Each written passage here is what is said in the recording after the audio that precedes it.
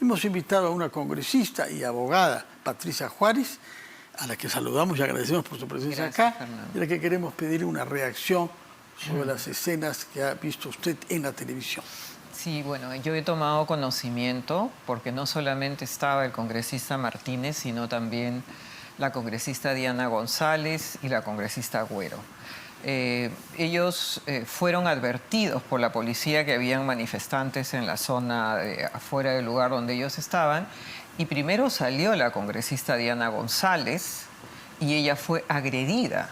A ella le han tirado objetos, la han insultado.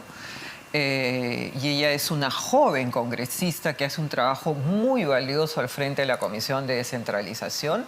Luego ocurrió lo mismo cuando salieron tanto María Agüero como el congresista Edwin Martínez, que salieron juntos, él en su intento de proteger a la congresista María Agüero. Entonces, esta es una escena que ya la estamos viendo en mayor o menor medida y, por ejemplo, hemos visto ya la quema de las casas de congresistas como Flores Ancachi, hemos visto el ataque a las casas del congresista Salguana, igual al congresista, un negocio familiar del congresista Alejandro Soto en Cusco ha sido incendiado en su totalidad. Entonces no estamos hablando en este momento que son hechos aislados, sino que estamos hablando que en este momento ya la ciudadanía, seguramente con los ánimos exacerbados que vienen desde el tiempo de Aníbal Torres y que vienen del tiempo del gobierno de Castillo, entonces ahora considera que el congresista es una persona o cualquier autoridad, porque también hemos visto el ataque a la casa del gobernador regional de Madre de Dios, es susceptible de ser simplemente golpeada, insultada, vilipendiada, agredida y no pasa nada. Entonces yo creo que tenemos también que considerar que vivimos en un Estado de Derecho, que hay respetos y que hay derechos que tenemos todos, porque nosotros somos congresistas, pero también tenemos derechos. Y eso significa que nadie tiene por qué agredirnos, y menos físicamente, como ha ocurrido en el caso del congresista Martínez, al que lo han agredido. Yo considero y soy absolutamente contraria a cualquier tipo de violencia física o verbal. O sea, es una cosa que, por lo menos desde el punto de vista personal, yo rechazo siempre. Pero la verdad es que hay que ser una persona con los nervios muy templados para aguantar las cosas que ha estado aguantando desde la visita anterior que tomé conocimiento también el congresista Martínez. Este incidente, esta agresión verbal primero y física después contra él, no tiene que ver con la actividad específica que llevaba a cabo o con algo que haya dicho o con alguna gestión que estaba haciendo. Es en general. Es en general, porque creo que una vez que se ha cruzado la línea en el sentido de incendiar las propiedades o coaccionar o ir a las casas de los congresistas a pararse frente a la casa e insultar, presionar, realmente creo que ya estamos en una situación en donde la línea se cruzó, pero tenemos definitivamente que tomar las medidas legales que correspondan contra los agresores. En este caso claramente se ve que esta persona, que inclusive se ha identificado en Arequipa, agrede al periodista. ¿Ha sido detenido? Yo no sé cuál es la situación legal, pero yo creo que la policía y la fiscalía tienen que actuar. O sea, esto no puede ser. O sea, no se sabe quién incendió la casa de los congresistas que han sufrido daños materiales. La congresista Nilsa Chacón, de la bancada de Fuerza Popular, también ha tenido una agresión en la puerta de su casa. Han tirado una bomba incendiaria y, por supuesto, no se sabe quiénes son. Entonces, esto en tampoco... este caso sí, ¿no? En este caso sí, claramente caso, la persona se que ha seguido tratando de patear cuando estaba en el suelo, ¿no? Así es. No sabemos si ha sido detenido o no, porque había policía en torno. Pero en todo caso, me imagino que será fácil de identificar. En sus declaraciones, el señor Martínez se refirió a la influencia de la prensa alternativa. ¿Usted tiene alguna información sobre este tema a propósito de este incidente? No tengo ninguna información respecto a esto. Yo lo que veo es que hay un ánimo de agresión permanente, no solamente respecto a a temas de esta naturaleza respecto al patrimonio, bienes o integridad de los congresistas, sino también una violencia verbal exacerbada cada semana, cada día, a cada momento, ¿no? Entonces creo que... Esto pasa sobre todo en algunas regiones del Perú, sí, no en todas, a congresistas que votaron a favor de la vacancia de Pedro Castillo. Sí, pero definitivamente nada justifica que un congresista, que alguien agreda a un congresista que hace uso a su derecho a votar. No, por supuesto, por supuesto. Simplemente estoy dando el dato, lejos de mí querer relativizar la gravedad de los hechos, violencia verbal o violencia física. En este clima va a haber un pleno mañana que tendrá justamente que abordar uno de los temas nucleares de nuestra polarización política, que es la responsabilidad frente al golpe de Estado intentado por Pedro Castillo el 9 de diciembre de 3 ministros de la época, el del Interior, Willy Huerta, el señor Roberto Sánchez y sobre todo la primera ministra Betsy Chávez. ¿Cómo imagina usted el desarrollo de este pleno mañana con ese tema como tema central de agenda? Esto deriva de una denuncia presentada por la fiscal de la Nación contra las 3 personas que usted ha mencionado. Se acusa de haber cometido delitos de rebelión y conspiración. Se ha llevado a cabo durante varios meses este procedimiento de acusación constitucional. Fue el informe, el congresista delegado fue Wilson Soto, el informe fue aprobado en la Subcomisión de Acusaciones Constitucionales, luego pasó a la Comisión Permanente y ahora toca que sea visto en el Pleno de acuerdo al reglamento. Se requieren 50 votos para que el informe sea aprobado. Yo creo Porque no votan los miembros de la Comisión Permanente, ¿no? Exacto. Se hace sobre un total que no es 130. Así es. 130 a los 130 menos, se les descuenta, ¿no? Más o menos 30, ¿no? Sí, 32 son los miembros de la Comisión Permanente. O sea, son 98 los habilitados a votar. Exacto. Se requieren 50 votos. Y yo creo que sí se tienen los 50 votos. Para sancionar a los 3. Para sancionar a los 3.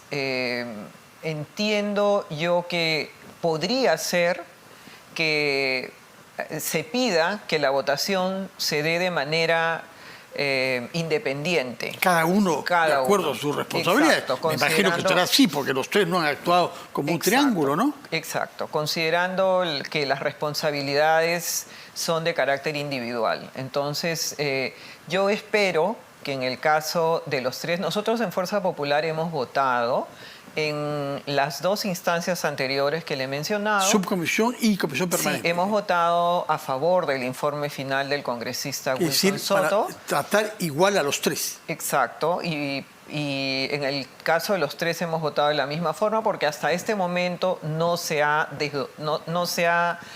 votado de manera separada, sino siempre ha sido en bloque y siempre ha sido a favor de la... Si se vota separadamente, eso podría favorecer al señor Sánchez, que es el que ha usado más argumentos para afirmar que no tenía responsabilidad. Claro, el señor Sánchez ha estado conversando con muchos congresistas, ha estado exponiendo sus argumentos. Nosotros sostenemos... Y ha tomado un abogado que sí, no primero primero su abogado fue el doctor Arbizú, sí, y luego después el doctor García Belaúnde. Que más bien ha solido ser abogado de temas vinculados con ustedes, con los fujimoristas. Ha pasado a defender. El doctor García Belaúnde es miembro del Consejo Consultivo, es un honorable miembro del Consejo Consultivo de la Comisión de Constitución. Y bueno, nosotros entendemos que el hecho o los actos que tienen que ver con el golpe de Estado no se circunscriben solamente a quienes estuvieron en esa sala donde se leyó el discurso.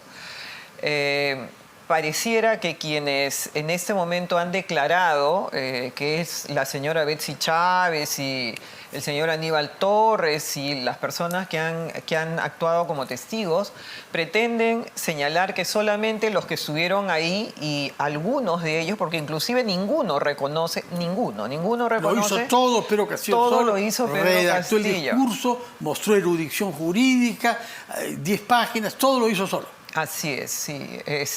Ninguno de ellos, pero no hay nadie que reconozca que realmente participó, coordinó, y entonces tendríamos también que preguntarnos quién o quiénes fueron los que hicieron toda la tramitación que correspondía, por ejemplo, en la Embajada de México, porque se supone que ahí había ya una coordinación previa y que dado el golpe de Estado... confesada por el presidente López Obrador, por el más que confesada, narrada, porque Obrador. Lo presentó como algo bueno que hizo para ayudar a su amigo Pedro Castillo, ¿no? Claro, entonces existe, por ejemplo, ese hecho, como también que efectivamente hay un congresista, la congresista Tudela ha declarado ante el Ministerio Público que cuando ella quiso ingresar al Palacio Legislativo, porque ese día teníamos la vacancia a las 3 de la tarde, no le permitieron el ingreso,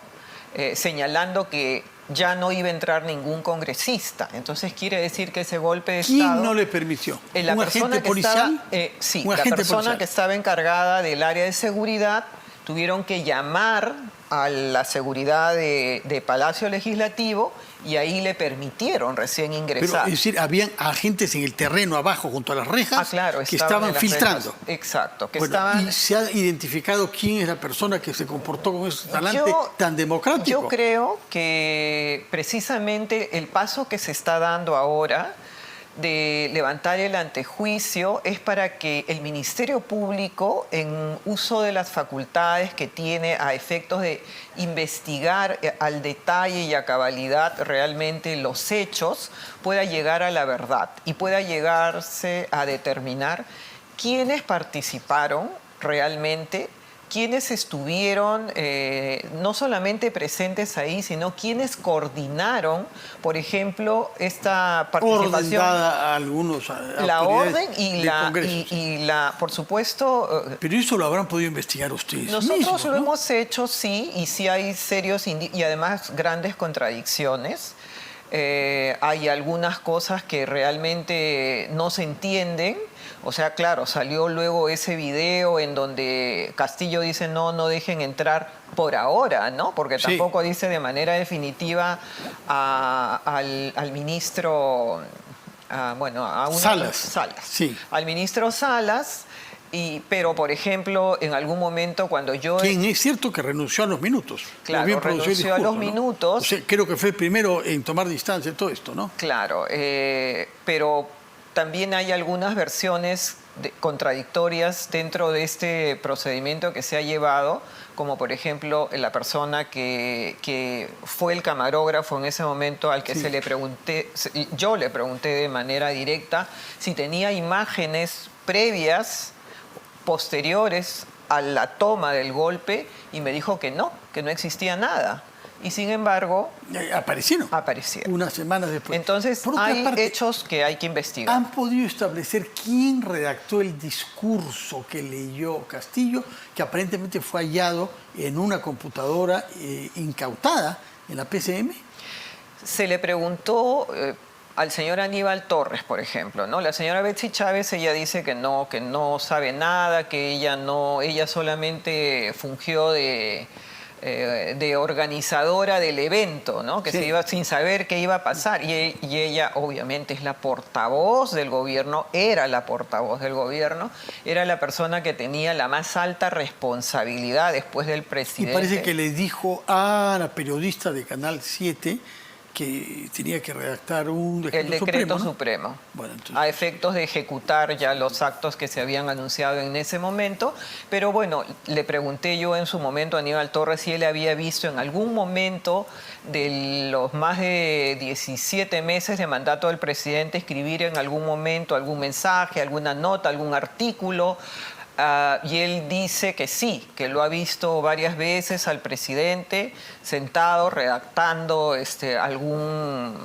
algunos textos, ¿no? Entonces, bueno, yo la verdad es que creo que eso no es así, pero Aníbal Torres manifiesta haberlo visto en algún momento. En todo caso, todo esto se aclarará mañana en el pleno del Congreso. ¿Se van a defender mañana los 3 ministros imputados? Así es. Mañana. Sí, o sea, va a ser una sesión larga. Sí, va a ser una sesión muy larga. Comienza en la tarde, a las 3 de la tarde, me parece.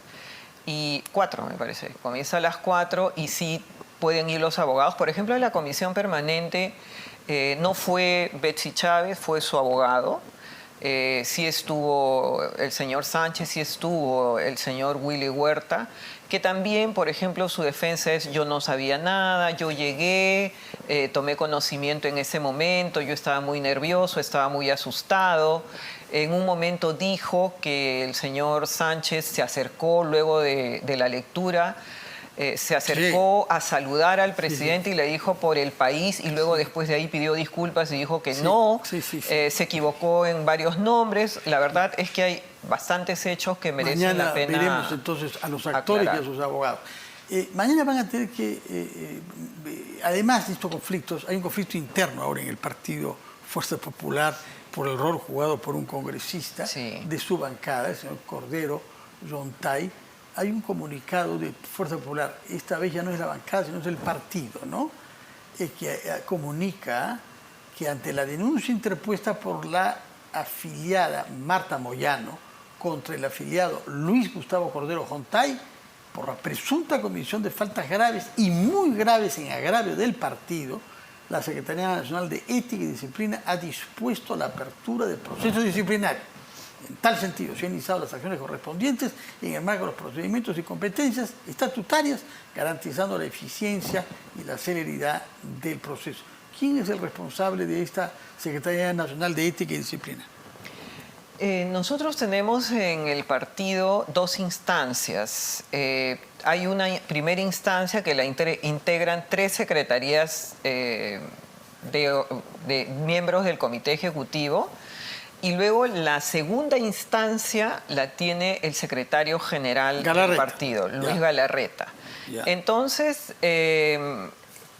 este hecho se ha iniciado con la denuncia de la congresista Moyano. Sonora y vigorosa. Claro, ella dice que es una alta traición contra el partido. Sí, la verdad es que... Si se confirmase lo que se atribuye al señor Cordero, de haber formado parte de un equipo en la sombra para garantizar la impunidad del por entonces presidente Pedro Castillo.